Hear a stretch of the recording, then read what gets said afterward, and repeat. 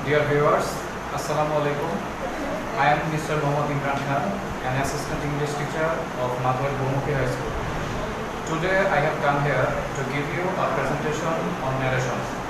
But before that, I would like to give thanks to our Honorable Headmaster, Mr. Mohammad Amin Mia, for giving us this opportunity to conduct online classes. Now, before beginning our topic, I would like to say something to you students. I hope you are staying with your friends and family at home by the grace of Almighty Allah. I hope you are maintaining the rules of health and sanitization as well. I know it's hard to concentrate on your studies right now in this corona epidemic, but as you know, whenever the school opens, you have to sit for your examinations too. So from that point of view, you must continue your studies as well. I don't want to lengthen my speech.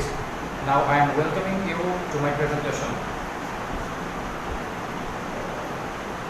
Well, our selected topic today is narration, as you can see it on the board. Today we will discuss the following topics, and the topics are definition of narration, its types, its prerequisites and some need to know facts, and finally its rules and practices. Now comes the question, what is narration? You can see on the board, we can define narration as narration is whatever the speaker says. In other words, we can say that it's the speech or quotation of a speaker is called narration. Now comes the question, what are its types? Well, for your answer is, narration is of two kinds, and these are direct narration and indirect narration. First of all, direct narration. When the speech or quotation of a speaker is stated in its actual form, then it is called a direct narration, direct speech. For example, Rohim said to me, I am ill. Another example is, Jamil said to me, I have done my duty. Then comes our second type, and that is indirect narration. When the speech or quotation of a speaker is stated in a slightly changed form from its actual form, then it is called indirect narration. For example, Jamil said to me, I am ill. It's an example of a direct speech, and its indirect form is, Jamil told me that he was ill. For your better understanding, another example here on the board is, Rohim said to me, I have done my duty, and its indirect form is, Rohim told me that he had done his duty. Now comes its prerequisites and some need to know facts. To do well in narration, one must need to know about the following items, and the items are reporting verb, reported speech, tense, person, and sentence. Now comes what is a reporting verb. You can see on the board that a verb that states the speech or quotation of the speaker is called reporting verb, and the sentence that is stated in between the inverted comma, here you can see the sign for your better understanding, is called reported speech. For example, he said, I am ill. Here, said is reporting verb, as it is stating the speech or quotation of the speaker, and I am ill is your reported speech because it is stated in between the inverted comma. Here you can see the inverted comma. Then comes the box of tense. Well, to do well in narration, you have to know the types of tense. We know that there are three types of tense. They are present, past, and future. Each of these tense are divided into four parts. They are indefinite, continuous, perfect, and perfect continuous. To To identify a sentence in which tense it is, we usually look on the verb. By identifying the verb, we declare the sentence in which tense it is. For example, present indefinite tense consists of verbs base form, or it is added with s or as. If it's a present continuous tense, then we can see in the sentence am, is, are plus verbs base form plus ing. If it's a present perfect tense, then you can see has or have and verbs past participle form in a sentence. If it's a present perfect continuous tense, you can see has, have plus been plus verbs base form plus ing in a sentence. Similarly, if it's a past indefinite tense, you can see the main verb is in past form, just simple past form. If it's a past continuous tense, then you can identify on the sentence was or were plus verbs base form plus ing. If it's a past perfect tense, then you can see had plus verbs past perfect form, V3 form, past participle form. If you can want to identify past perfect continuous tense, you can easily identify had plus been plus verbs base form plus ing on a sentence. And again, if you would like to identify future indefinite tense, you will see shall or will plus verbs base form. If you identify future continuous tense, you can see shall or will plus be plus verbs base form plus ing in your sentence. If you identify future perfect tense, you will see on your sentence shall or will plus have plus verbs past participle form. And finally, if you want to identify future perfect continuous tense, you will identify shall or will plus have plus been plus verbs base form plus ing in your sentence.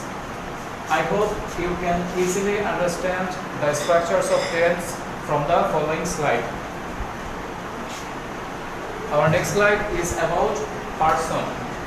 Well, you can know that there are three types of person: first person, second person, third person. Each of these person are divided into two numbers, that is singular, plural. Similarly, first person singular plural, second person singular plural, third person singular plural. Each of these person are used in three sectors or three places. These are subject, object and possessive. First person singular number, subjective form is I, and first person plural number, subjective form is we. First person singular number, objective form is me, and its plural form is us. First person singular, its possessive form is my or mine, and its plural form, possessive form is our. Similarly, second person singular number, subjective form is you, and its plural form is also you. Its objective form you, and its plural form is also you. Second person singular, its possessive form is your, and its plural form is also your. Now comes third person. Third person singular number, its subjective form is normally she or he, and its plural form is they. She's objective form is her, and his objective form is him. Theirs objective form is them. And finally, third person singular number, possessive form is her, and if it's a male, then its possessive form is his. Third person plural number, and its possessive form is their. I hope you can understand easily the forms of person from this slide. Now we would like to go to the next slide, and that is about sentence. Well, we have 5 fingers in our hands, and sentence that are used in narration is also of 5 kinds. They are assertive, interrogative, imperative, optative and exclamatory. Now comes way of identification. how do you identify which sentence it is? If your sentence is assertive, it normally begins with a subject, then comes the verb, and finally object or extension. For example, I am reading a book. Here you can see I is your subject, am reading is your verb, and a book is your object. Then comes interrogative sentence. To identify interrogative sentence, normally you will look for this mark, and this mark is called note of interrogation or question mark. For example, where do you live in? Here you can see the note of interrogation or the question mark. If you don't know anything but only identify this sign, you can easily identify it as an interrogative sentence. Then comes imperative sentence. Imperative sentence normally starts with a verb and object. It doesn't have any subject in its beginning. For example, please give me a glass of water. Here you can see that please is a requesting word. It's not a subject. And give is your main verb. So, from that point of view, you can easily identify it as an imperative sentence. Besides, you can also identify an imperative sentence by following three facts.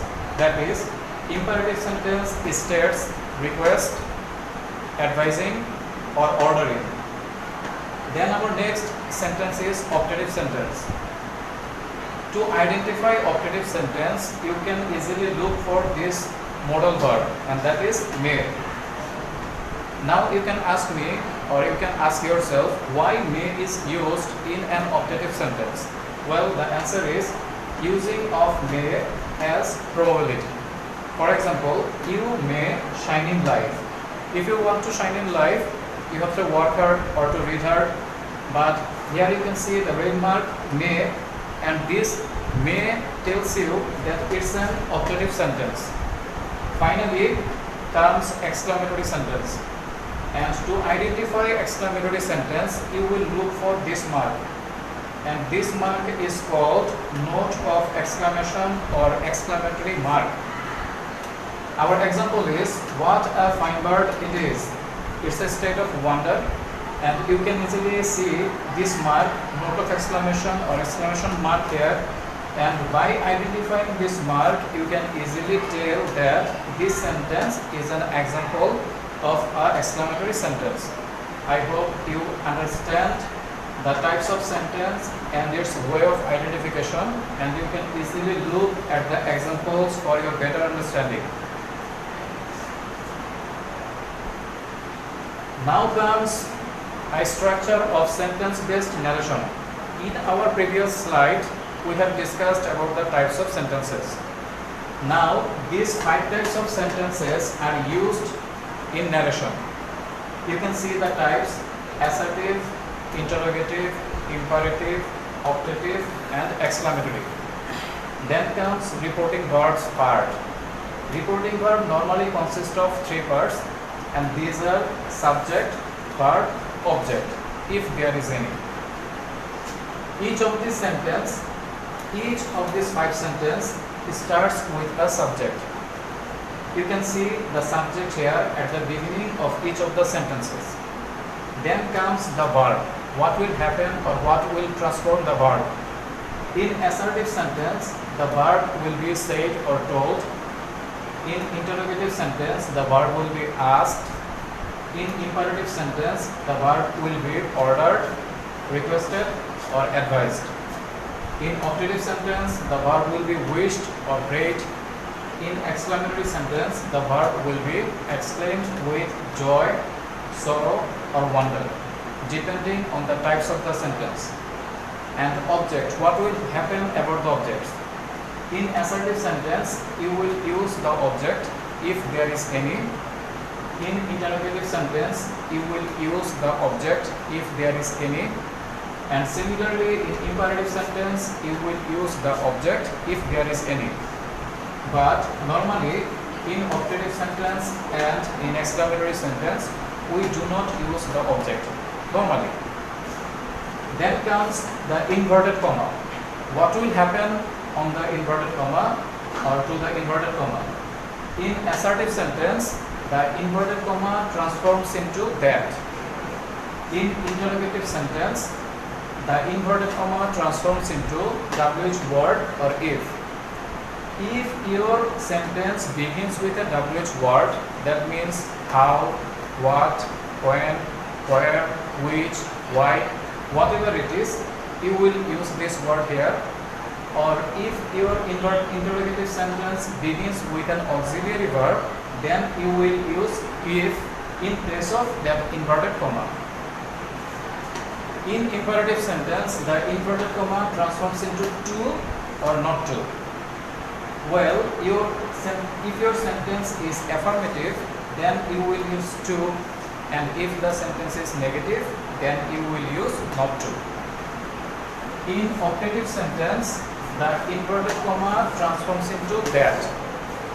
In exclamatory sentence, the inverted comma transforms into that.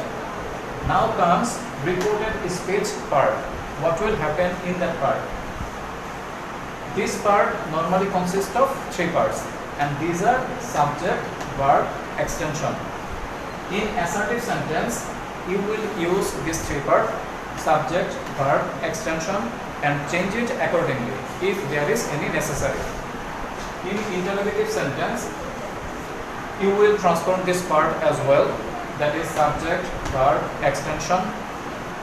In imperative sentence, you will transform this part, verb or extension. Now you can ask me why this part is blank or empty, because I have told you before, an imperative sentence normally begins with a verb and extension. It doesn't have any subject. That is why this place is blank. Now comes optative sentence. In optative sentence, you will use subject, might plus verbs base form plus extension. You can ask me where this might come from. In our previous slide, here you can see that in optative sentence we use may and might is that past form of the base form of may. So might comes from may, and as it is a modal verb, that is why the main verb will be in its base form. After that you will use its extension. And finally, our final sentence is exclamatory, and in its reported speech you will use subject, verb, then comes a plus very or great plus adjective plus extension. You can ask me, when do you use this bracket part or parenthesis part? Well, the answer is, if your assertive sentence, exclamatory sentence, if your exclamatory sentence begins with how or what, then you will use this part, this parenthesis part. And if your exclamatory sentence doesn't begin with how or what, then this part won't be used. I hope you understand this structure of sentence-based narration. But for your better understanding, you are advised to revise this video, to revise this chapter, to revise this slide again and again. Now I am going to our next slide, that is examples on sentence-based narration. We have already discussed the types, its structures. Now we will discuss about the sentence and its examples. First of all, assertive sentence. Please focus on your exercise and try to understand easily. Our first example is, Sujan said to Raju, I am going abroad. It's a direct form. How do you indirect it, or how do you transform it into its indirect form? Well, first of all, we need the subject, that is Sujan. Now we have, in our previous slide, we can see that in assertive sentence we use said or told. You can see that I use told here because here is said to, and said to normally transform into told. Our object here is Raju. Inverted comma transforms into that. First person always change according to reporting verb's subject. Our subject here is Sujan. It's a male, that is why I use he here. Am going is your present form, and normally we know that we transform narration into past form. That is why am going transforms into was going. Abroad, abroad. This is its indirect form. Now comes interrogative sentence. Well, there are two examples. Our first example is Babu said to Asif, do you know this person? It's an example of direct speech. How do you transform it into indirect speech? Your answer is, first of all, you need your subject, that is Babu, and in interrogative sentence, your verb should be asked. That is why I use asked. Your object is Asif. I use here Asif. Inverted comma transforms into if, because this interrogative sentence begins with an auxiliary verb. That is why I use if here. Second person is your subject, and second person transforms according to its object. Our object here is Asif. It's a male. That is why he is used here. Then comes the verb know. It is in present indefinite form, and I have transformed it into past indefinite form. Know transforms into knew. This transforms into that, and person, person. Our next example is Siam said to Roman, what is narration? It's an example of a direct speech, and its indirect form will be, first of all, we need subject. Subject here is Siam. You can see that I have used here Siam, and our recording verb is asked. Object is Roman. Inverted comma transforms into what, because WH word is used here. Our subject here is narration. Narration is used here is in present indefinite form, and its past indefinite form is was. Now comes imperative sentence. Well, our first example is the old man said to me, give me some food. It's a direct speech. How do you transform it into indirect form? First of all, you need the subject, and the subject here is the old man. You can see that here the subject is the old man. It's an example of a request. That is why the verb here is requested. The object is me, comes me. Inverted comma transforms into to, as it's an example of an affirmative sentence. Our main verb here is give. Me, first person, transforms according to the subject. That transforms into him. Our object here is some food, some food. Another example is father said to his son, don't go out in the sun. And its indirect form will be subject father. It's an example of forbidding or advising, or you can say ordering. That is why I used here ordered or forbade. Our sub-object here is his son. Inverted comma transforms into not to, because it's a negative sentence. It's a negative sentence. That is why not to is used here. Our main verb is go. I used here go. Our object is out in the sun. Out in the sun. Then comes operative sentence. Our example is mother said to me, you may shine in life. It's an example of a direct speech. How do you transform it into indirect form? Well, first of all, you need the subject as well. Our subject here is mother. She prayed here. That is why I use prayed. Object, I don't normally use object here. That is why there is no object here.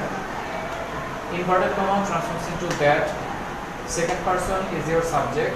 And as you know, second person always change according to the object. So you comes to me, and me's subjective form is I. May transforms into might. Main verb here is shine, and your object is in life. And our final example is on exclamatory sentence. Well, you can see here example is Rubel said, alas, I am undone. It's a direct form. It's a sentence that states a sorrowful or pitiful condition. That is why our subject here is Rubel, and as it's a sorrowful condition, that is why I used exclaimed with sorrow. Inverted comma transforms it to that. Subject I, it's a first person, that is why it goes to the reporting verb's subject.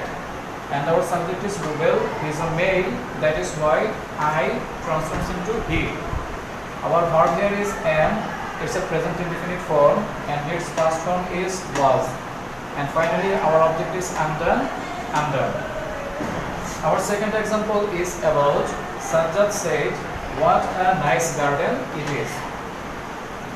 First of all, you need the subject, and your subject here is Sajjad. It's a state of wonder or happiness, whatever you would like to say. That is why I used exclaimed with joy. Inverted comma transforms into that. Our subject is it. It's a third person, that is why there is no change. It is used here in present indefinite form, and its past form is was. Now comes a. It is given in the sentence, and very comes from the rules. And our adjective here, there is no nice garden, comes nice garden. I hope from the two slides you can easily understand the examples on sentence-based narration. But if you have any problem in your understanding, you are always advised to review it again and again.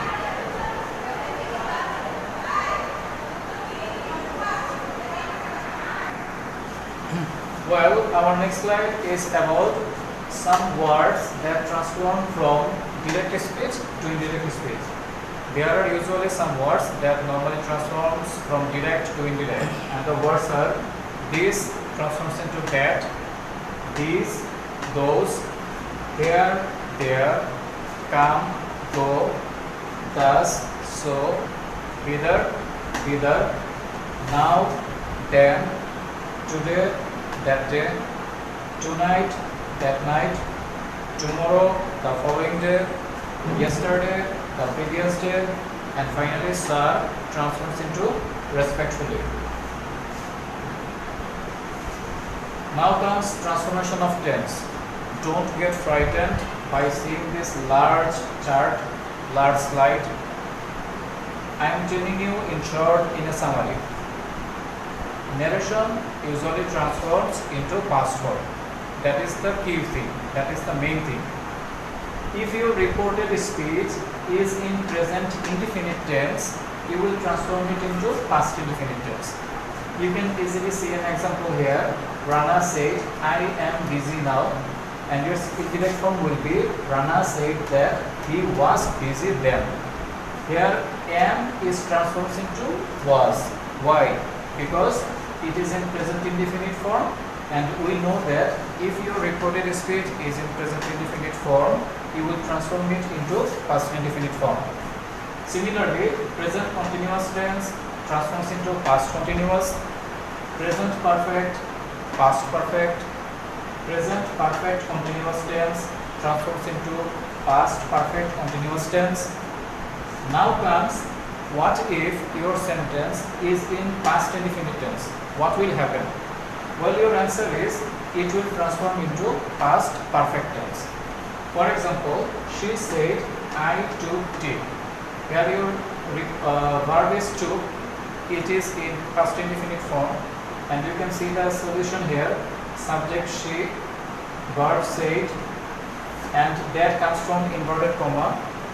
I goes to the I first person goes to the subject she, comes she, and as it is in past indefinite form, you have to transform it into past perfect form.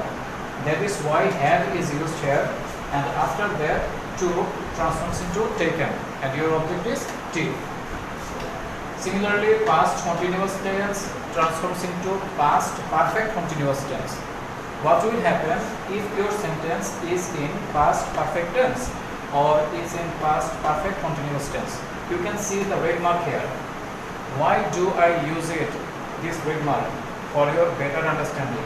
That is, if your reported speech is in past perfect tense or is in past perfect continuous tense, there will be no change of tense. You don't have to change the verb. It's a plus point for you. You only need to change the forms of the person. For example, Google said, I have taken my supper. Here subject verb Rubel said. You can see that subject verb here is Rubel said. Inverted comma transforms into that. I, example of first person, goes to the subject Rubel. That is why he is used here. And your verb, the most important thing, your verb here have taken is used have taken. There is no change because it is in past perfect form, and your object is supper. Supper. My transforms into his. Now comes finally future tense. If your recorded speech is in future tense, you have to transform it into future in the past form. For example, she said to me, I shall help you, and its indirect form will be she told me that she would help me. I hope you have understood the transformation of tenses if your sentence is in these tenses. Now comes some common rules on narration. Our first rule is if the reporting verb is in present indefinite tense, present perfect tense, or in future tense, what will happen? Then the verb of the reported speech will be unchanged. There will be no change of the verb. Only the forms of the person will change. For example, he says, I am ill. Here your subject is he. Says is your reporting verb. It is in indefinite form, present indefinite form. That is why says is used here. Inverted comma transforms into that.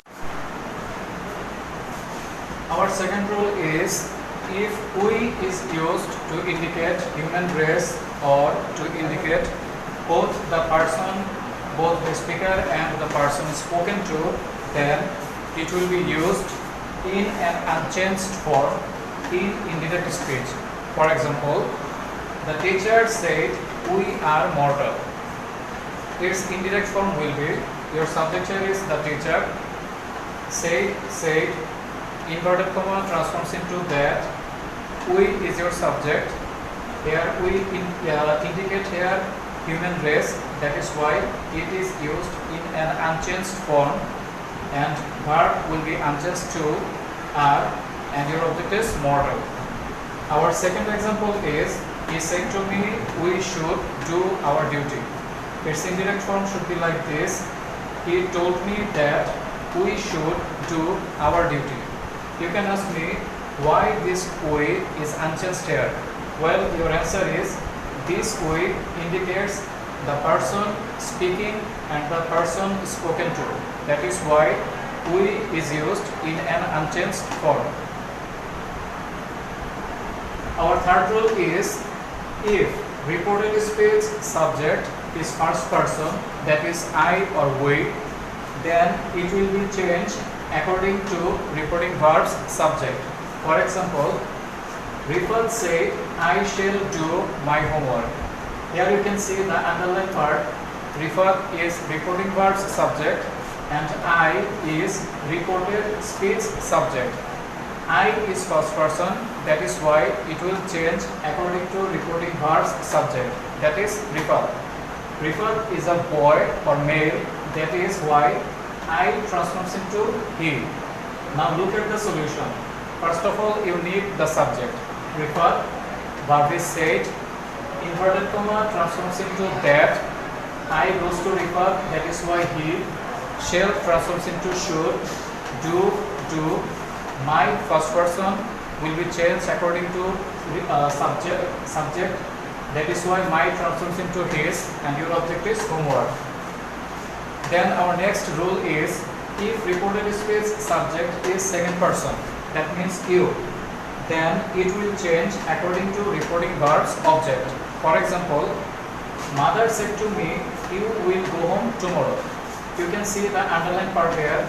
Me is your object and you is your subject. Now look at the transformation.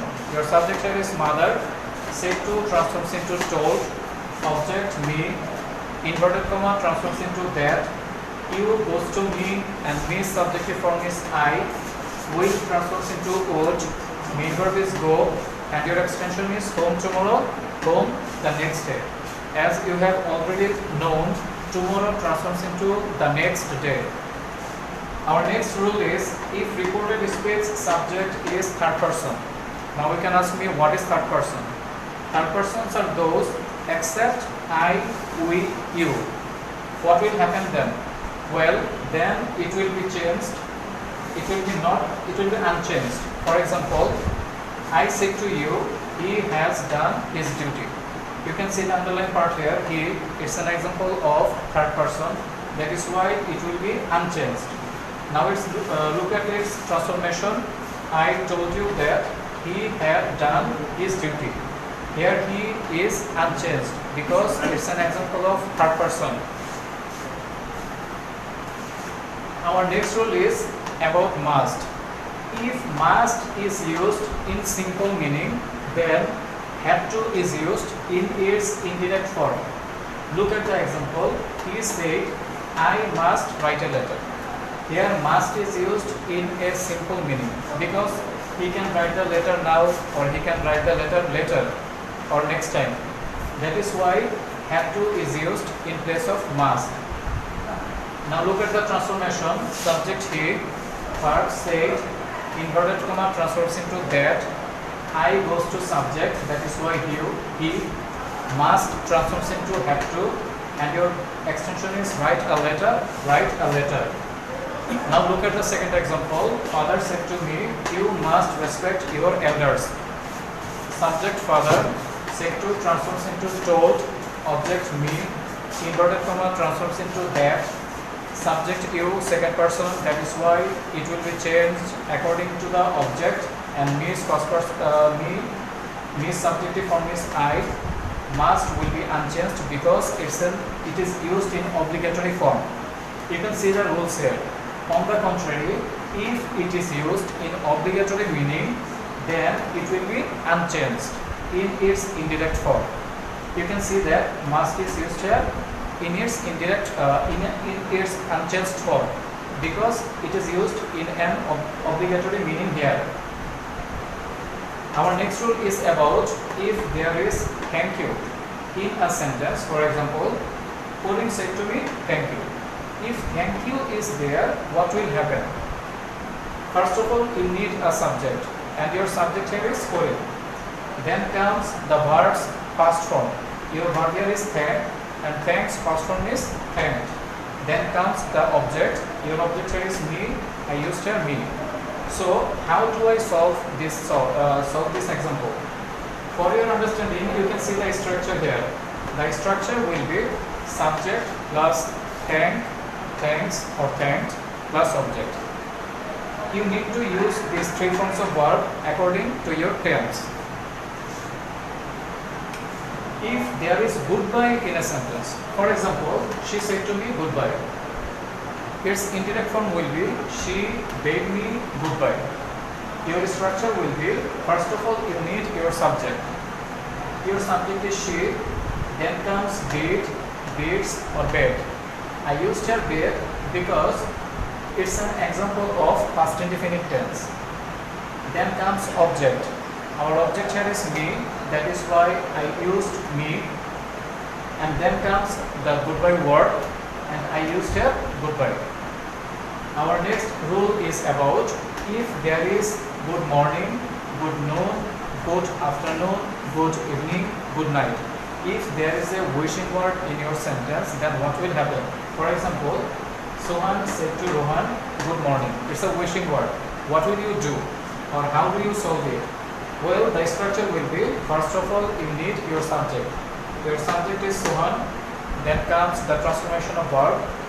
It's a wishing word, that is why I use wished here. Your object is Rohan, then comes the wishing word. Here the wishing word is good morning, that is why good morning is used here. If there is good night, good evening, good night, good afternoon, good noon, whatever it is, you will use it accordingly. Our next slide is about if there is let's or let us in a sentence, what will happen? For example, Sohail said to Amir, let's go for a walk. you can see let's here.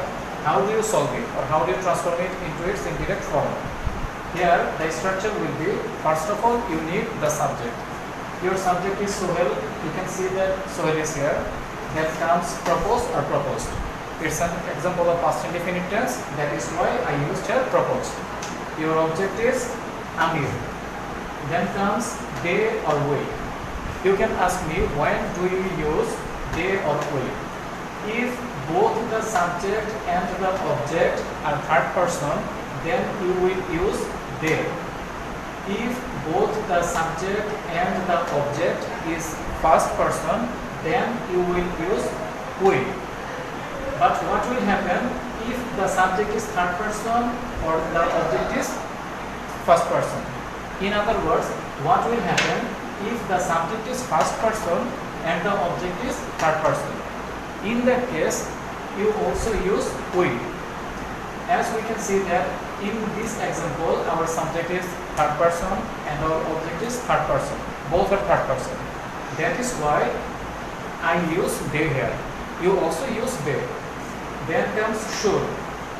Should. Then comes reported speech main verb. And reported speech main verb here is go. That is why I use go here.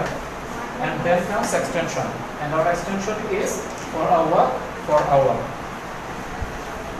Our next rule is about if there is let me, let him, let her, let them in a sentence.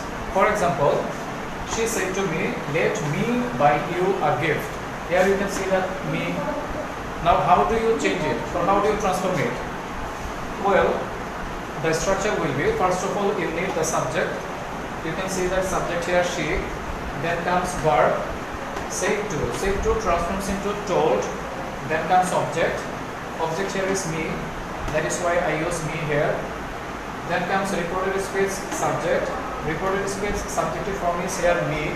It's an example of first person.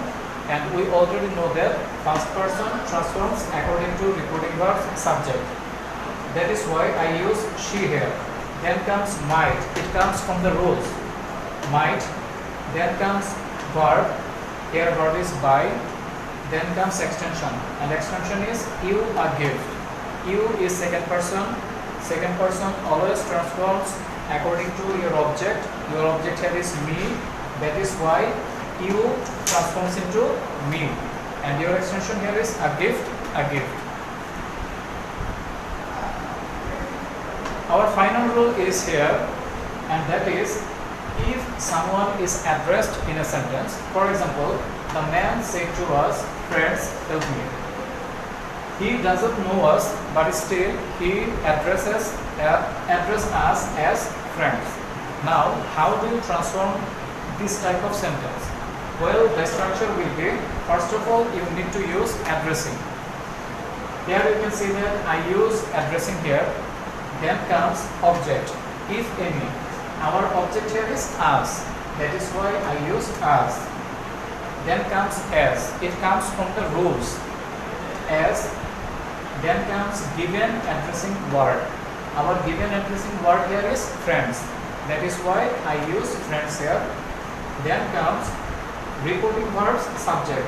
Our reporting verb subject is the man. That is why I use the man here. Then comes verb. It's an example of an imperative sentence, and this person, the man, is requesting here. That is why I use requested. Then comes to, comes from rules to. Our main verb, reported speech main verb. Reported speech main verb here is help. That is why I use help. And then comes me. It's an example of first person. First person always transforms according to the reporting verb subject, and me indicates him. That is why I use him here. Well, students, I hope you understand this presentation on narration. If you have any problems in your understanding, I am always advising you to review this video and try to understand easily. But still, if you have any problem, you can always contact us at school. And finally, I would like to say something to you. As it's a time of corona epidemic, you need to stay at home, You need to wash your hands regularly, take good food, and spend your time not only in leisure but also do some usual activities in your studies too. Stay safe, stay at home. Thank you.